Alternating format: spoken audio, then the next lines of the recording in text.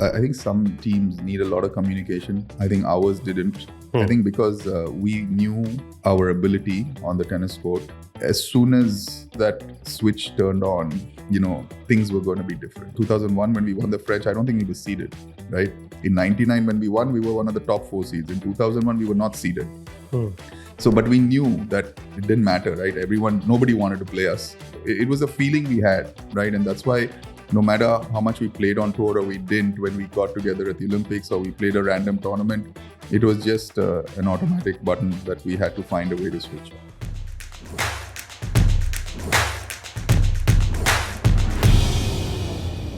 Today we have the privilege of hosting a great legend of Indian sport, a man who's not only conquered the world of tennis, but also made a significant impact beyond the court.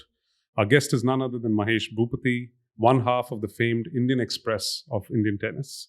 In a nation starved of sporting success in the mid to late 90s beyond cricket, Mahesh and Leander became global champions. Mahesh won an astounding 12 Grand Slams between his mixed doubles career and his men's doubles, a lot of them with Leander. And that marked the beginnings of what India could achieve on the global stage in tennis. Mahesh's impact extends well beyond the tennis court. He's a trailblazer. He's built a global sports management company, nurturing Indian talent, both in tennis and outside of tennis. He's recently tied up with a large corporate to get more into sports franchise building. That's what he does today, beyond coaching his 12-year-old daughter.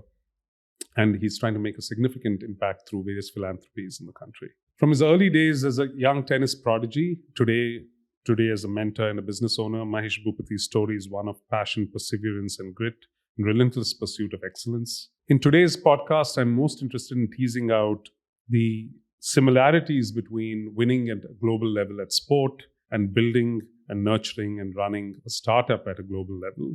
That was a theme for this year's podcast, Winning Beyond Boundaries. We champion that at Blume Day, and we want all of our guests for this season to actually speak a lot about what it takes to win on the global stage. And tennis and what Mahesh has done are probably one of the best examples of what we've seen in Indian sport. Mahesh, welcome to the show.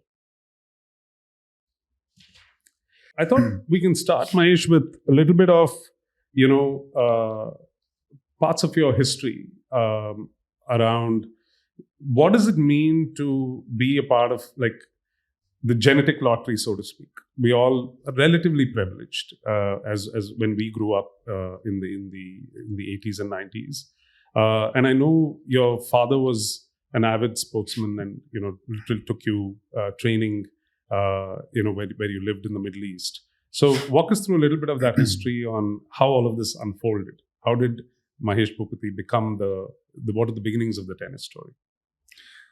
Yeah, so talking about genetic history, right? My dad used to be a tennis player. Okay. He was, let's say, ranked as high as number 6 during Ramanathan Krishna's era. And at that time, the depth of Indian tennis was pretty high, right? You had Krishnan, Mukherjee, Lal, you had Anand Amritraj, Shashi Menon. So he was a pretty high quality tennis player from the Indian perspective. Unfortunately, he had a car accident and broke his hand, which, at that time, with the rehab and the surgeries compared to today, it was career ending for him. So he pretty much decided then and there that his firstborn was going to be a tennis player. Okay. Regardless of it was male or female. So, okay. When you talk about kind of single-minded focus / obsession, it came at that level. My mom still tells the story about how he insisted that, she come to tennis matches when I was in the stomach. So I could kind of hear the sound of the ball. And so it was that level of obsession. The racket was, let's say a badminton racket was thrown into my hand because the tennis racket was too heavy I was 3 years old.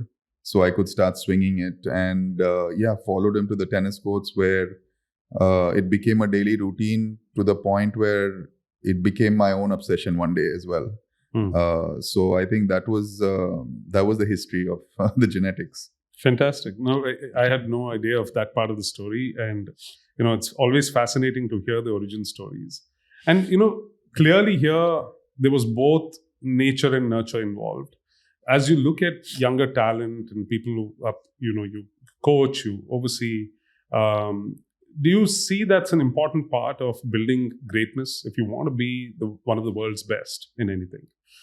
Is it important to, know that you have to build this right balance of nature versus nurture very early in the child's life?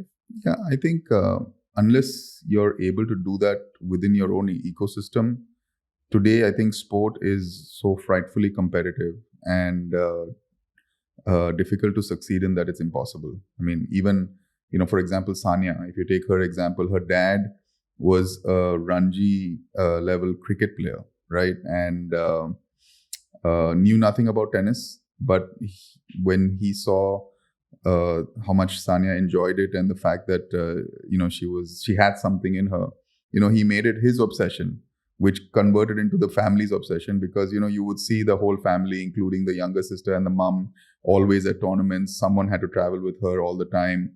So unless it gets it's a full-hearted process today. And it's a family obsession. It has to become. It has to be a family obsession, because you're too young to be able to do all of this. Yeah, it's impossible. Yeah. I mean, mentally, and my daughter is playing tennis today, and I have two different hats, four different hats when it comes to her tennis. And as a father, it's painful to watch. Yeah, the pain, the hours in the heat, and it's but it has to be done if you want the gratification. Yeah.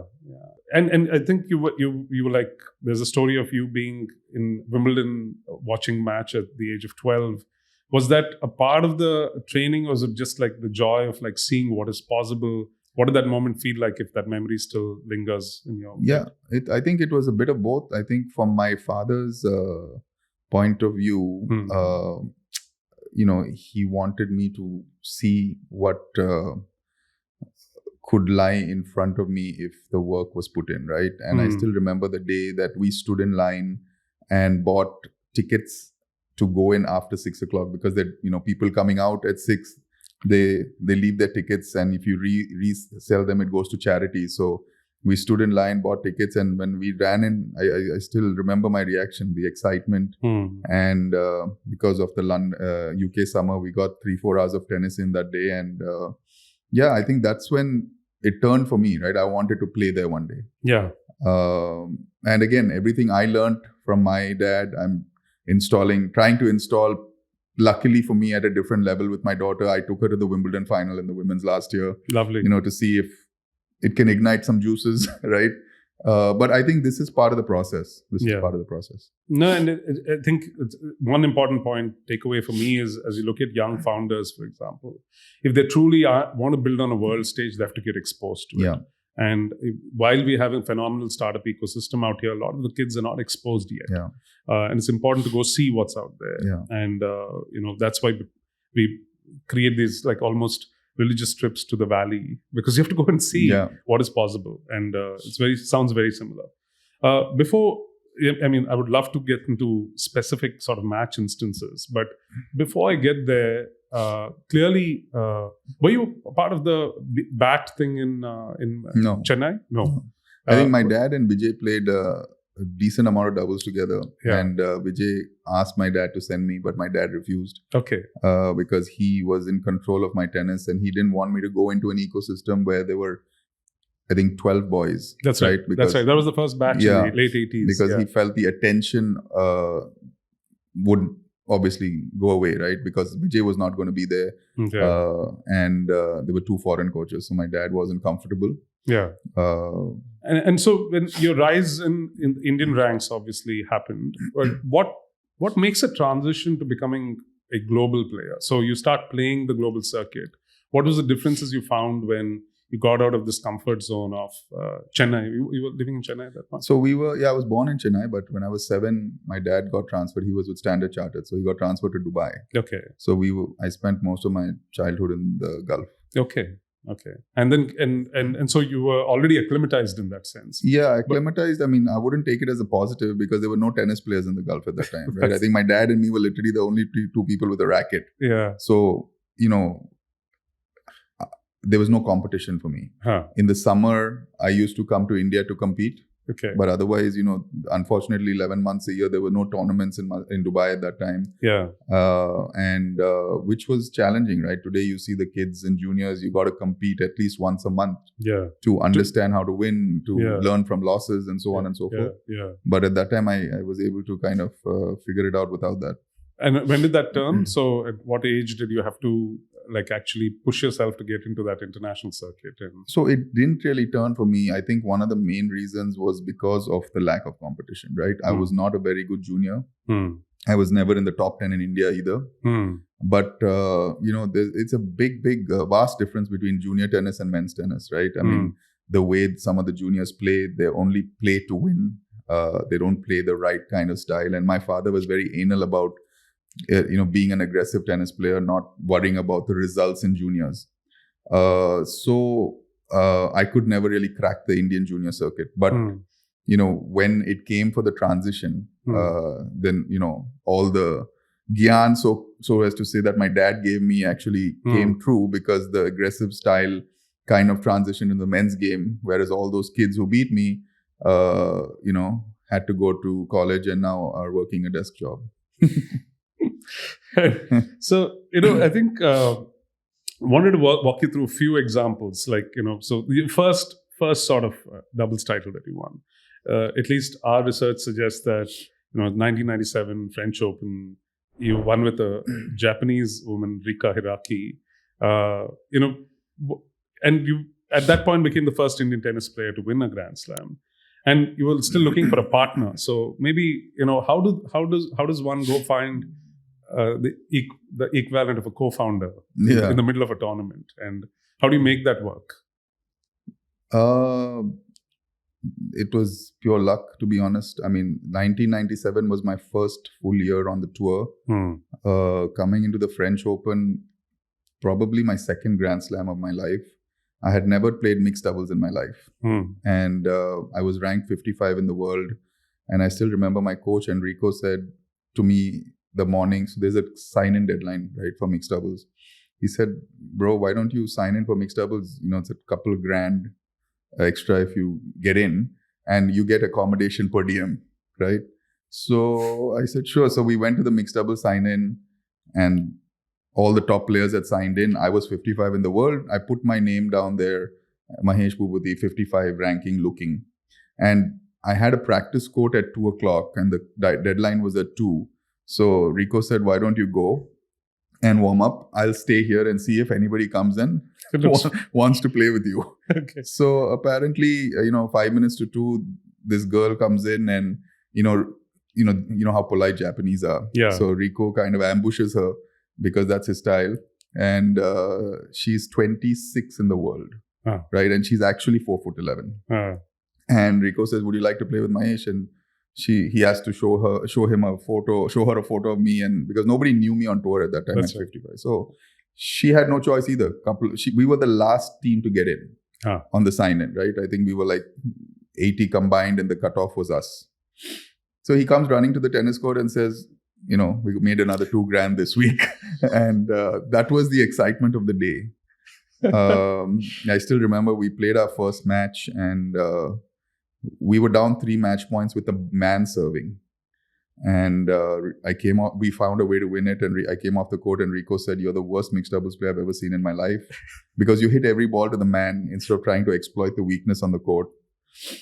But like I said, it's pure luck. We got better with every match and then we got into a zone. I think we beat the 4th, the 2nd and the 1st seeds in the last 3 matches. Amazing. Lovely story. And, so as you keep going up these pinnacles, now that you've won, I guess you conquered that barrier in your head. Of course, I can be a Grand Slam champion. But how is it any different from playing other tournaments on the tour? Do the Grand Slams, the stage is much bigger, a lot more people watching, I get that. But as a player, we can never put ourselves in your shoes. But what does that pressure feel like? What's different in a Grand Slam? So I think the pressure I felt in 97 from years later was very different because in 97 it was like, every match was a little better paycheck and there was actually no pressure and it was just funny to watch all the top seeds trying to figure out, who these people were. Yeah. But we enjoyed just beating up on them. Yeah. But then, when, we became the team that people were challenging to beat all the time, then you had to, have plan A, plan B, plan C, because, you were there to win every tournament. You were not there to get the paycheck. And, of course, your partnership with Leander is like kind of legendary. How did that start?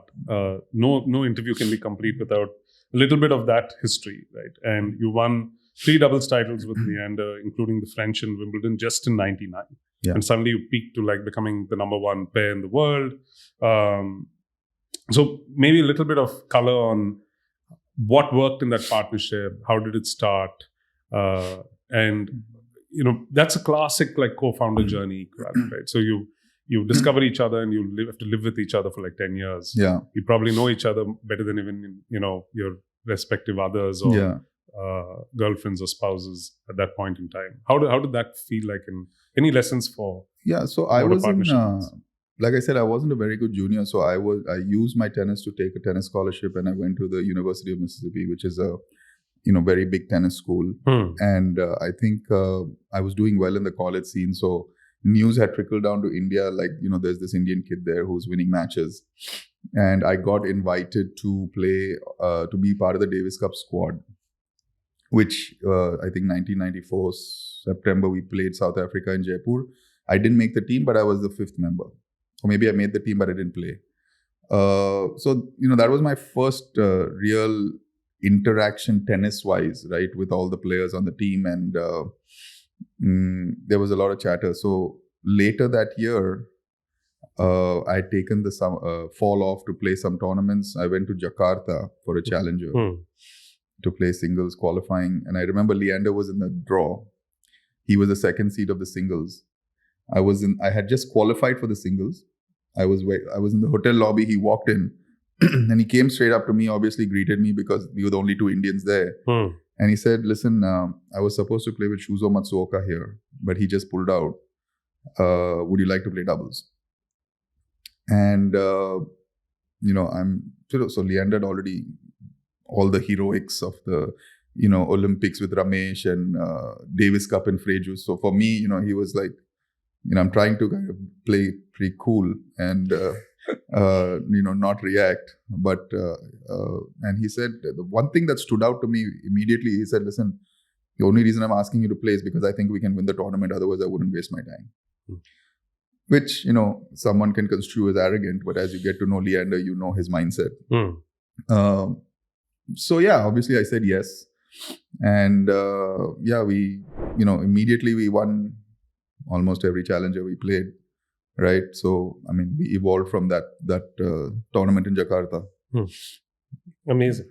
And that led to like, lot of memorable wins, some like, really tough defeats, highs and lows. How do you sort of help each other go through those sort of lows when you're a team? And is it because your different personalities helps, or how do you like pull yourself back up and say, hey, the next tournament's down the corner, we're going to win that? I'm just curious to try and understand the at the pinnacle of the sport, what the mindset feels like when you're down from a tough yeah loss. I think some let's say teams need a lot of communication. I think ours didn't. I think because we knew our ability on the tennis court as a team, and when we were going through patches where we were not winning matches, both of us knew, I mean, the coaches would be talking a lot, trying to do a lot on the tennis court, but both of us knew as soon as we clicked, I mean, maybe one of us was feeling low on confidence, the other, both of us were feeling low on confidence at times. We were just losing to teams we didn't have to, but we knew that as soon as that switch turned on, things were going to be different, right? Like in 2002 or 2001, when we won the French, I don't think we were seeded, right? In 99, when we won, we were one of the top 4 seeds. In 2001, we were not seeded. So, but we knew that it didn't matter, right? Nobody wanted to play us. Even in 2011, when we came back, nobody wanted to play us. It was not a fun team to play against. We were not seeded, and we knew as soon as it was a feeling we had, right? And that's why no matter how much we played on tour or we didn't, when we got together at the Olympics or we played a random tournament, it was just an automatic button that we had to find a way to switch on. Was it what, 12 years, 15 years, the partnership in like phases? Well, 96 to about 2011. Yeah, so 15 years. Yeah. Awesome. And so two matches that, again, we dug up. One was, this Athens Olympic match where you played Federer and Allegro. You won the first set. In the second set tie break, you end up going and winning that. And, and Federer had just come from like a tough loss to a Czech player. So he had a lot at stake when he came to play you guys. And you folks had started by winning against Andy Roddick and Marty Fish, who were like, I think, pretty big at that point of time. And so, when you get down to especially tie breaks, which is like the toughest, even to watch, leave alone play, and that too, I don't know whether Federer was as big as he became eventually, but what are you thinking about from a point-to-point perspective during a tiebreak? Is it any different from playing the rest of the set and the rest of the match? The tiebreak is always, it's a different kind of pressure. You have to play the scoreboard a little tighter than the regular set. But, when we're playing players like that, there's no margin for error, right? I still remember when we saw the draw, we had Roddick and Federer back-to-back. But we were in the first set and against Roddick and Fish also was a tiebreaker. And I still remember I had to serve 5-all against Roddick in the first set tiebreaker, second serve. And, if you put a 85% second serve in 95, most of the time, with Mahesh kicking a second serve and Leander at the net, you felt good about winning the point. But with Andy Roddick, I hit the second serve that hit the back of the line, right? Because I had to. Otherwise, he's a world-class champion and he was going to make me suffer. And it was the same with, Roger. We took Roger out of the match, right? We did not hit one ball that we didn't have to him. We just, we attacked his opponent relentlessly where literally the guy wanted to cry.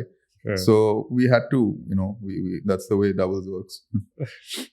And it's pretty much, since you brought this story of the French Open mixed doubles, your first mixed doubles encounter, as mixed doubles evolved in your repertoire, did you become, little bit more attacking towards the weaker player in that? After that match, I became relentless. Now, I think I'm the only guy in the world who's won a Grand Slam with 7 different partners in mixed. Yeah, I've seen that. I just, I became relentless after that. Yeah.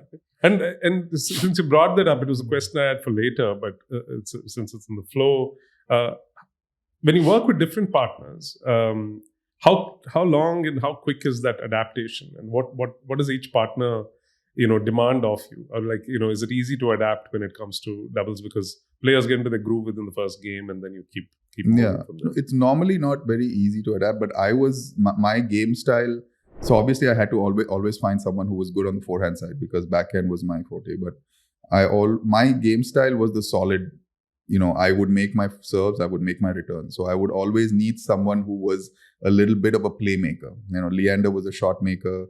Todd Woodbridge was a shot maker, Mark Knowles, even my mixed partners. Sanya was a shot maker, Pierce, Hingis, all the girls I won with. So I would keep it stable. I was not going to do anything too fancy. And then when the time came, their shots and my stability would normally get us across the line. Awesome.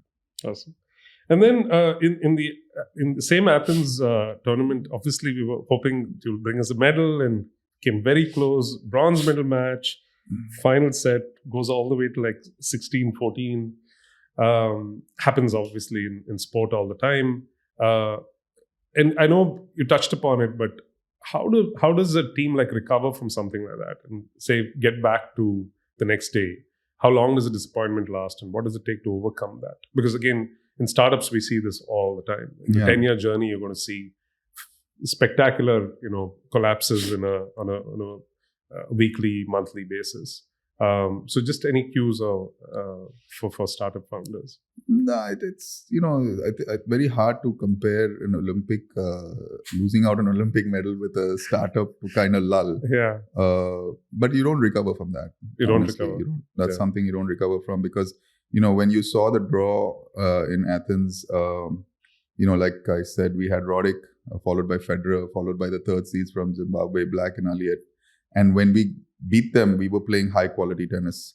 And we got to the semifinals. I remember that the other three teams were Kiefer, Schüttler, Lubicic, Ancic, and Masu and Gonzalez were all 6 high quality singles players. So we automatically, from not being the favorites, became the favorites to win the gold. And and we knew it, right? This was our shot to win the gold. We were there to win the gold. We were not there to win the bronze. And in the morning of the match, semi-final against Schüttler and Kiefer, we warmed up. It was a great warm-up. And we were expecting, when we walked onto the court, obviously we were expecting a lot of India support, because by now the media had picked up the opportunity and everybody at the Games Village was talking about, what they were expecting from us. And we walked onto the court and there were at least 4,000 or 5,000 Germans that welcomed us with a huge scream, which I think was the first jolt to the heart. And then pressure took over. Nicholas Kiefer, who is not the biggest sportsman on the court, started getting under Leander's skin. And it just snowballed into a disastrous match for us. And after that match, we had the day off the next day, and everyone knew, they could see it.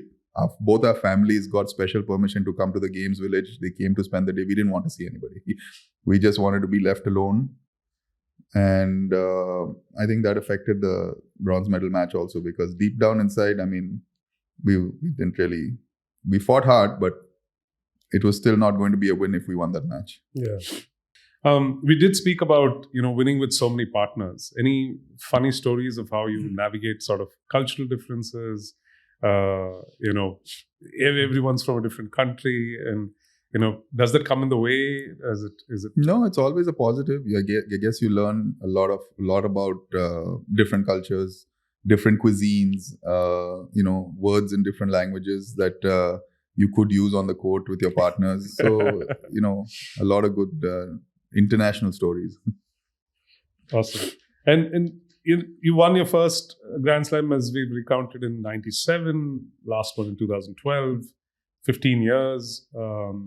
Not easy in any sport to be on top of your game for that long.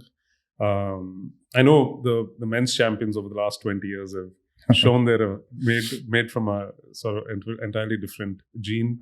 But you were kind of preceded that in some sense, and in doubles at least. What kind of discipline do you need to keep doing that for that length of time? We talked about your training, and then suddenly you've arrived at the world scene, but you've got to sustain this for 2 decades almost. Yeah, it's a painful process. A lot of people don't see what happens behind the scenes, right? From the physical work to be able to do this, and more importantly, the recovery work on a daily basis. That includes the stretching and the massage and the ice baths that need you to allow you to get back on the court the next day and perform, right? So it's a long process. It was even probably more painful for me, because in those 15 years, I had to deal with shoulder surgery and back surgery and still come back and compete at the highest level. But it's part and parcel of the sport. Tennis is such a physical sport. And today you see, both Alcaraz and Sinner, who are competing for the title in Paris, have been injured the last 3-4 weeks. So it's so physical. And our bodies are not built for that, right? Yeah, putting them through unrealistic expectations. Yeah.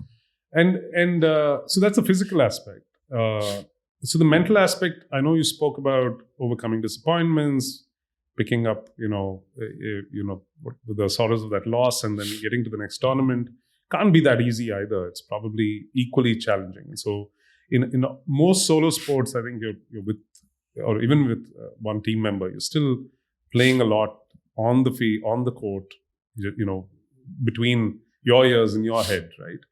How do you allow others to come and influence that? And like, your dad was a phenomenal coach as you grew up, but and how do you go and find people who can assist you on that journey? Because I'm sure that's also a super tough part of the journey. Yeah, I think it's extremely important to surround yourself with people who believe in what you want to do and where you want to get to, regardless of the challenges that will, other hurdles that come along the way. And it's the nature of the world to constantly give gyan right now, and you have to stay focused. And I think a big part of it is how much you love it, how much passion you have. And I was just talking to someone, actually my wife, yesterday, about these 4 great champions, which we've called the big 4. They're all sadly going to hobble away from the sport, right? Roger had surgery, Rafa's had surgery, Novak's got a torn meniscus year before. Sad. Andy has a steel hip. And Pete Sampras won the US Open and called it quits, right? So we can't fault these 4 guys because they just love it so much. They're not doing it for the money. I promise you, they all have enough money, because it's just obsession to compete at the highest level and be at these big tournaments. So, that's part and parcel of it. If you're not obsessed, I don't believe you're not going to make it at the highest level in anything. Right. It reminded us it has become so competitive now globally, at every level, at every sport. It was not like the 80s where a lot of countries and players didn't have the resources. Yeah. Now, if there's talent, there are resources chasing. Yeah. And that changes everything. And there was one reference that we came across where somebody asks Federer's coach in the book, what can you teach Federer? And he knows everything already. And then he says something kind of interesting, which says, even for him, sometimes it's important to keep listening to the best lessons, right? Keep low to hit the ball, and because it's in your motion, but you need to be reminded.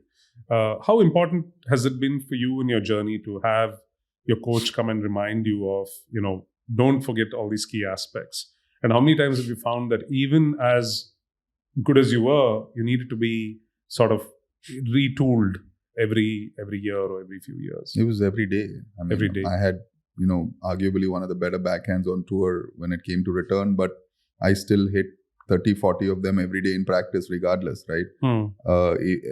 If you're not at it, building on your strengths and working on your weaknesses, there is no chance to get better. And it's just a mindset. You hear these kids talk today, right? Like Yannick Sinner is the new number 1 in the world. Yeah. Every interview he says, after he won the Australian Open, he says, I'm learning, every day I'm learning. And that's a scary thing, because people who don't understand it are sitting back and say, what is he talking about? But it's actually fact. If he's not there to now win 2 Grand Slams, he's there to take on Novak's record, right? That's how these kids think, and he probably believes he can in the next 10-15 years. That's incredible. And what is a good sort of coach-mentee relationship? Like, what are the big takeaways for you? What have you enjoyed most about working with good coaches? So I think, it has to be a comfort level to be able to absorb what he tells you. I think the coach needs to understand the right time to talk about whatever he wants to give the gyan. I think he has to be able to pick his moments. He has to be able to take feedback from the player as well. I've obviously worked with a lot of coaches. Some just, don't pick the right moment, especially after a loss, where it's a very personal relationship, and understanding the player is a big part of it, right? Sometimes you have a bad loss, you don't even want to talk till the next morning breakfast, right? Yeah. Just leave me alone. Let me kind of stew in my own juices, and we'll chat tomorrow. Yeah. So the coach needs to understand all that. Is there a favorite you want to name, or? No, luckily all my coaches were friends of mine, so they knew me well enough to kind of, I was friends first, and I brought them on to help me with my tennis. The one coach who definitely made a difference to our game was Bob Carmichael, who worked very closely with Leander and me on our doubles, and he was an Australian ex-doubles legend, and he definitely made an impact on how we were raw, and we had the tools, but how he put the whole piece together was, Bob was instrumental in that. You talked about, use the word friend. Is it in a sport like tennis? You think that's a necessary ingredient, or just you got lucky and is it optionality? Is it better to be kind of like truly a sort of, not a soulmate, but like a good friend who understands the person as a friend? It's not a prerequisite, but in tennis, I think you need somebody around who is a friend. If your coach is, like I said, I was lucky, but if your coach is not a friend, you need to have someone there, right? It's a lonely business. You're traveling, 35, 40 weeks a year. If you don't have a parent or a friend around apart from your support system, which is your coach, your physio, your trainer, everything, then you could lose it mentally very quickly. Yeah. No, I've only asked because of late you do notice on the stands there is that friend. Yeah. If there is, along with the coach and the wife, if there is one.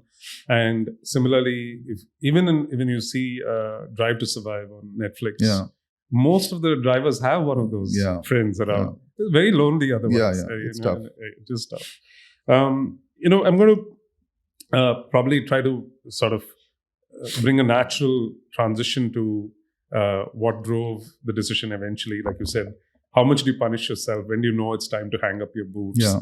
And to turn like a new chapter. So what is the thinking around then? And did you know what you were going to do after, or you just want to take some time off? And what is that point where you decided, I'm done with playing tennis at a competitive level, and what can I do with all the skills I've got? And we'll come to a little bit of your business story.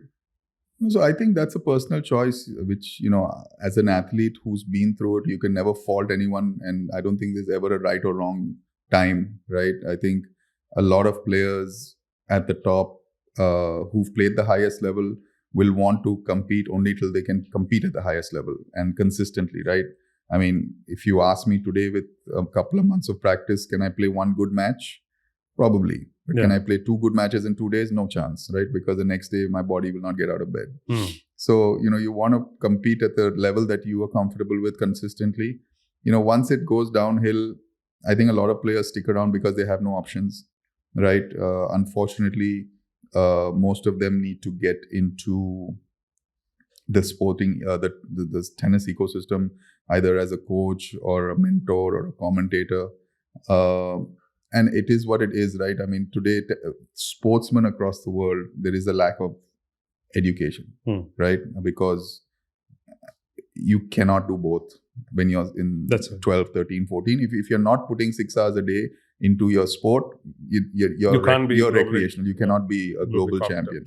So the school suffers. I mean, I know very few players like Mario Ancic, who beat us at the Olympics, right? He went to college and got his law degree after he had an injury, and today he's working at Morgan Stanley in New York, right? So you have to, that's your only option if you want to get into the real world. Otherwise, you have to stay in the tennis ecosystem because you don't know better. Like today, I'm part of a certain business ecosystem. I have no clue on how to run an Excel sheet. So I always need some people to come and sit with me, and I'm telling them what to do with the numbers, and they'll have to help me build the sheet. So it is what it is. But, knowing when the right time is a very personal choice. And, the idea of what to do, post tennis, like what were your natural choice sets at that point, and what drove you to start Globosport and think about that as your natural next venture? Yeah, so I started Globosport in 10 years before I retired, right? Which I'm happy about. Some say it was a mistake, but because when Leander and me were number 1 in the world, we were just so poorly managed in this country as someone who would manage us as a team. And I was obviously traveling all the time, so I was seeing how IMG was doing it or Octagon was doing it with other players, and there was just a humongous void here, right? IMG was present in India, but they were not managing any talent.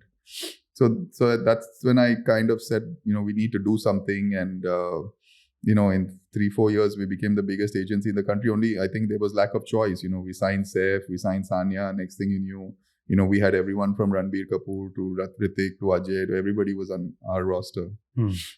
And are you happy with how that business has grown and where? No, so that's a big business in India today. But I was obviously playing professional tennis, and I was, let's say, I kind of incorporated the business and the idea, but I did not have the time to build my relationships with the talent, and that was definitely not something I was anyway the part of my repertoire if I was here. So all these offshoots you see, Collective, who are still all my friends, Cornerstone, they're all kind of offshoots of Globosport, and they went on to build their own wealth, which I can't fault them for. But today the business is doing well in the country. And what keeps you busy today other than making your daughter a future champ? Yeah, that's definitely. I don't know about future champ, but I'm giving her all the tools. Yeah. Right. Everything else is up to her. But yeah, I'm working with a group called APL Apollo in Delhi, helping them build a bit of a sports and entertainment ecosystem. And yeah, I'm enjoying it. But we're based in Dubai now, so I travel to India once a month. But other than that, her tennis is a prime focus. And if you do you work apart from APL Apollo? Do you work with beyond your daughter? Do you coach other talent or? No, I don't. Sadly, I don't have the patience for it, or honestly, I don't have the stomach for it either, because it's so difficult. And we have a small brand of tennis academies around India, 5 or 6, and even today, if I make a visit, first question the parent asks me is, when is my kid going to win the national championship? Or some of them even say, when is he going to play Wimbledon? And they don't get it, right? The complexities around it. So I'll just stick to what I can do within my ecosystem. But you have been associated with a player like upcoming star like Sumit Nagal. Yeah. How does, to take a step back, when you think about, I think these are all intertwined questions, but when you look at Indian talent today, has anything changed from the 80s? Is it just sheer numbers, or is the infrastructure, just the quality, the knowledge, the preparedness, is it much better? And I know every country is probably doing this. The Eastern European countries are so the scale of competition is not going to diminish, but do we have a better shot when you look at Indian talent in Indian tennis today? And from your lens, if I know you're not a scout or you're not doing this professionally, but I'm trying to always draw analogies to my world in the startup world. How do you spot or know that, hey, there's a spark here, and this could be a future Wimbledon champion, girl or boy, or have a shot at it? And when you look back at your own development, is there something that you can correlate to the way you and Leander grew up as tennis players? And are there any sort of pattern matching that can be done at all? Yeah, I think coaching is very different from mentoring. And I think you'll agree with me when I say that, you sit across the table and listen to someone make a pitch. I think immediately you'll understand if this guy gets what he's saying or he's kind of trying to blow smoke up your That's ass, correct. Right? When I met Sumit when he was 11 years old, I was there on these tennis courts looking at hundreds of kids trying to single out some talented ones. And I had a team of coaches with me who were all ex-Davis Cup players doing it. And I remember we didn't pick him. And he tugged at my shirt and he says, please watch me play. And I watched him play for 2 minutes and I saw his forehand, which was at 11, which had, something that 11-year-old should not have in his forehand. I said, whoa. So then immediately I kind of brought him into the fold. His family actually had no money to play tennis if they were going to pursue it. So that's when, that's my role was to make sure that he had the right access to the right coaches and the way to fund it. And which luckily for him, we were able to do.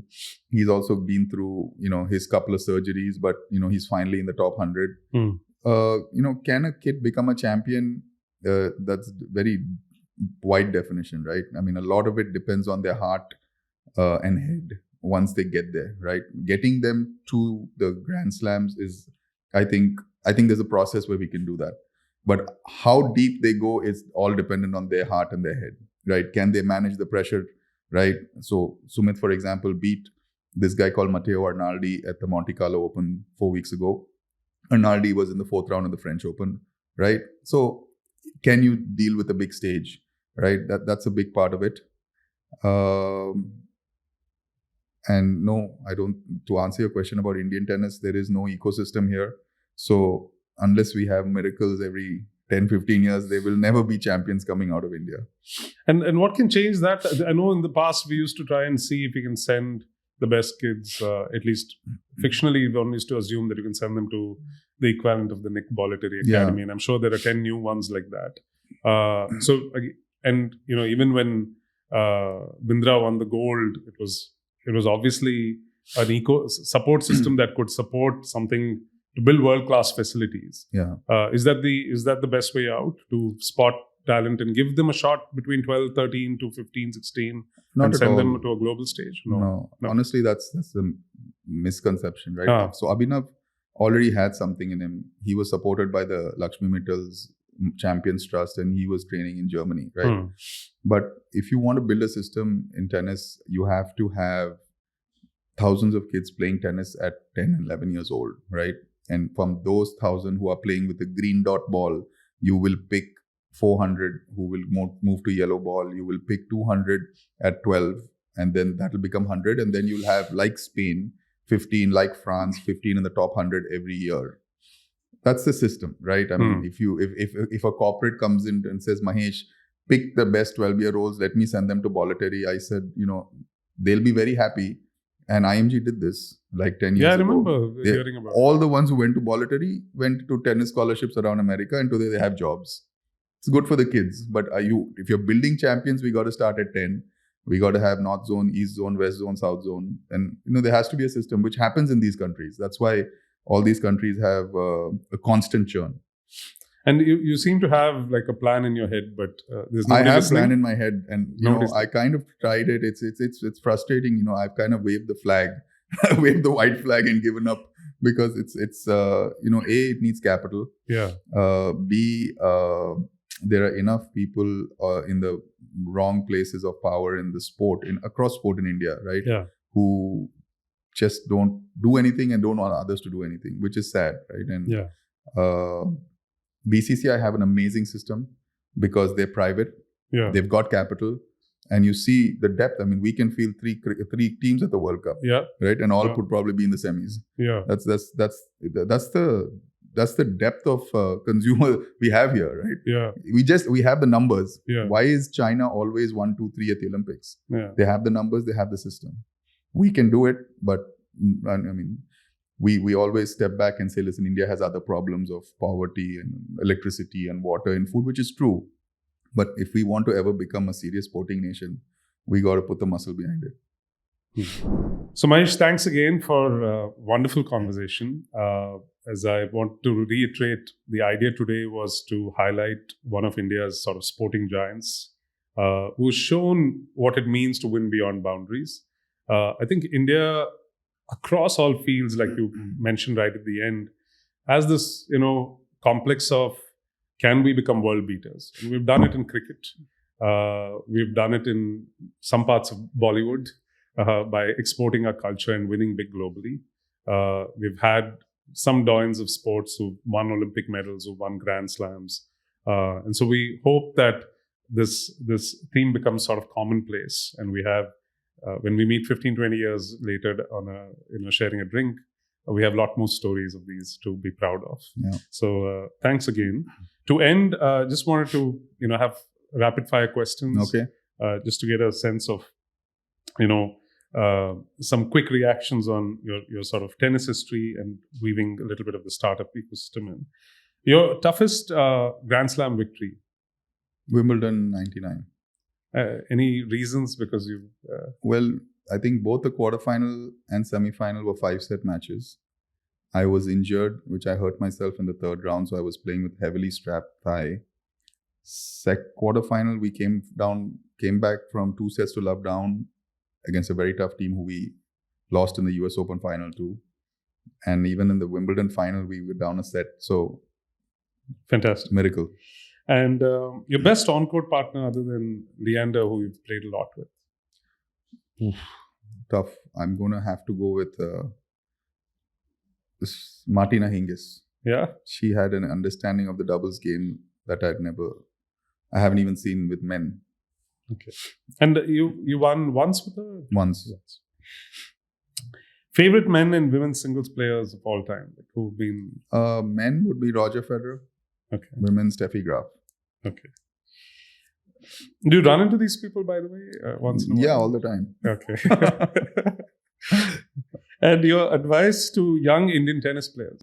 Don't feel shy to kind of dream big. I think, a lot of kids today, want to be national champions. A lot of parents today want to send their kids to college with a tennis scholarship. But, I think we have proven time and time again, not only doubles or mixed doubles, but, today Sumit competing in the main draw of Grand Slams, that we can be there. You got to be in it to win it.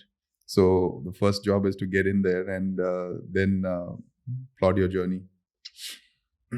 And if there's, I know it's difficult to like identify a word or a phrase, but if there was one trait that separates the winners from the rest, what would that be? I think discipline. We can hear that a lot. So, you've played the role of a startup founder in multiple avatars. Would it be fair to say that all of this is translatable, into building a long-lasting company as well? Would you say this? Yes, I think everything. I think that's why I encourage parents to put their kids into sport, even if they're not going professionally. The competition, how to deal with losses, how to react to winning, how to figure out when things are not going well on the court. Solutions to win the match. It just teaches you a lot. The exposure, the ability to either lose to someone or beat someone and talk to them after the match, because you play them again in the next tournament. There's a lot of things that sport can teach you that goes well in the business world. Oh, fantastic. Thanks for wonderful lessons, great conversation, and inspiring another generation of tennis players. Not that you don't do it in many ways, but I hope this conversation reaches a lot more ears on that front as well. Thank you. Thanks. Thank you. We thank IDFC First Bank for being our annual partner. IDFC First Bank is deeply engaged with the startup community in India. Their commitment to fostering innovation and supporting entrepreneurship has made them a valuable partner in the growth journey of numerous startups, including many, many Blume portfolio companies. This partnership helps us in a mission to back the next generation of revolutionary founders in India.